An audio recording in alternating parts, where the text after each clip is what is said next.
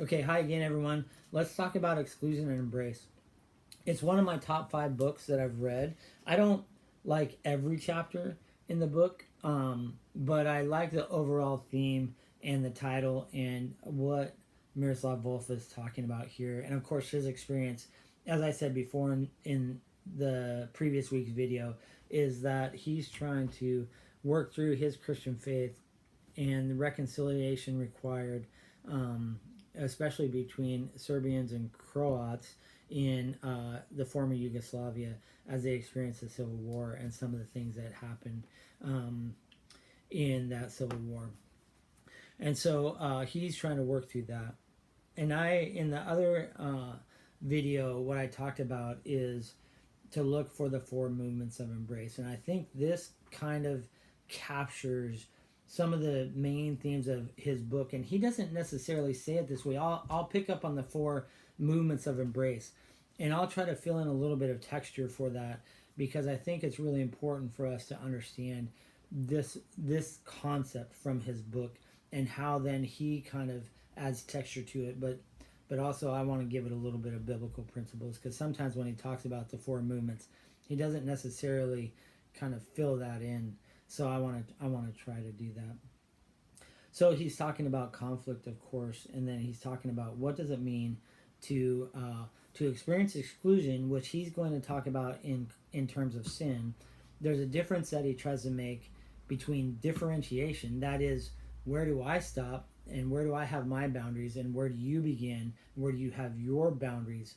These are differentiations that we make between ourselves in order to maintain who we are as our persons. And he talks about identity a lot in this book, and it's one of my favorite books talking about the concept of identity.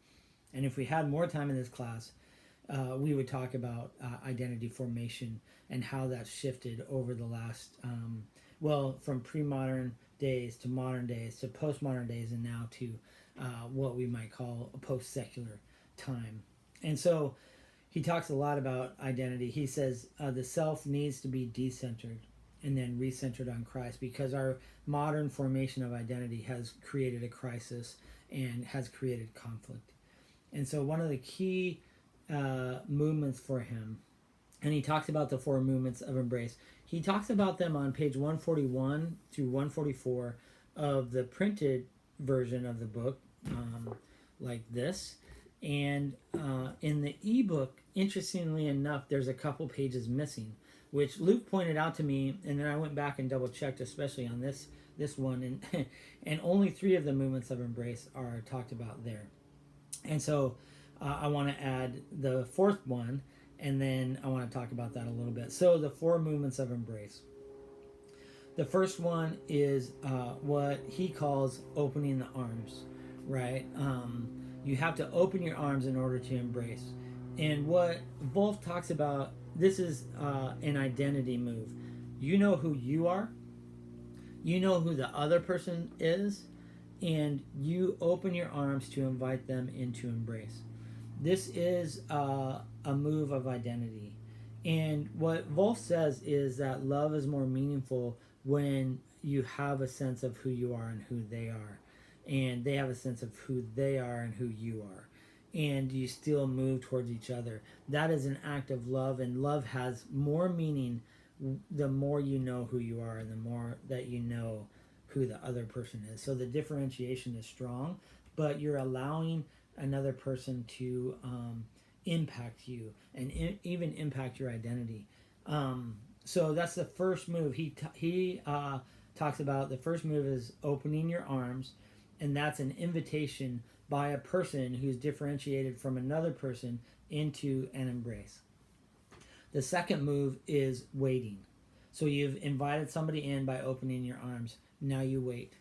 This is a move of vulnerability because the person can reject you. You're in a very vulnerable position when you have your arms open and you're waiting for somebody to embrace you. They can hurt you. And this is true with all relationships.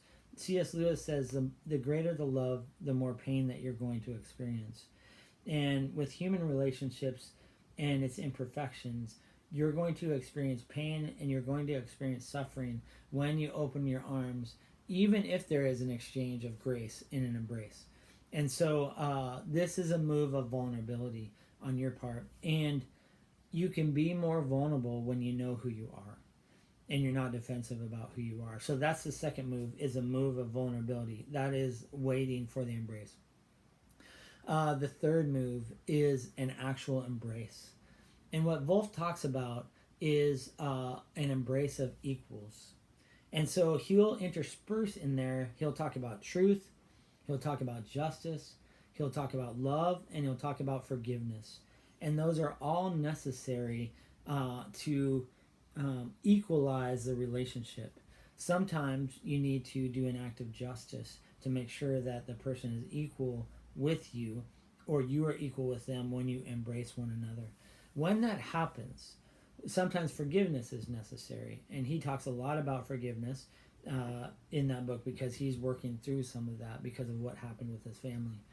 And so the truth, saying the truth, doing justice, loving your neighbor like Christ loved us, and then also forgiving are all moves of reconciliation so that you as equals can embrace one another.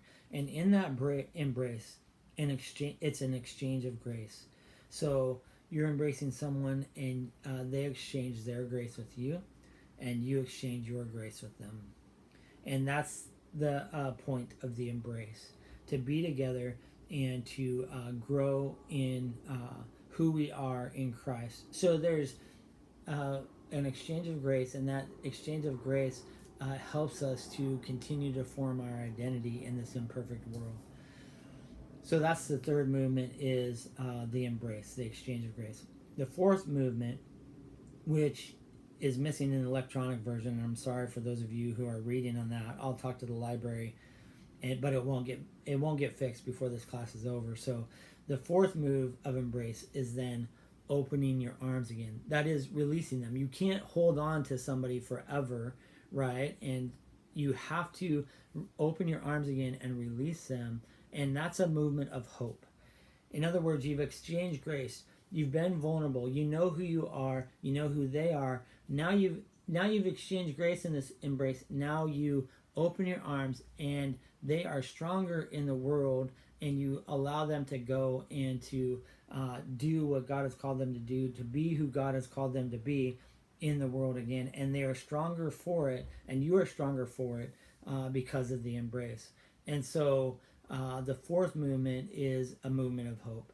You have hope in the world. You're sending them out into the world to be an agent of grace for others.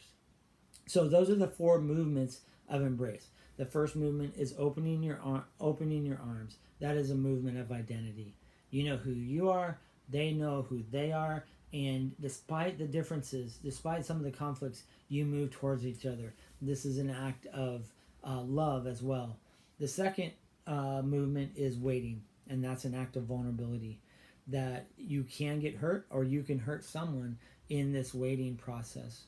The third movement is the exchange of grace, which takes love, forgiveness, truth, and justice along the way. So it's an embrace of equals and an exchange of grace between equals, so that our identity is reshaped because of the diversity between the two people. The diversity is contributing to our growth into who God created us to be. And then finally, the fourth move is a move of hope.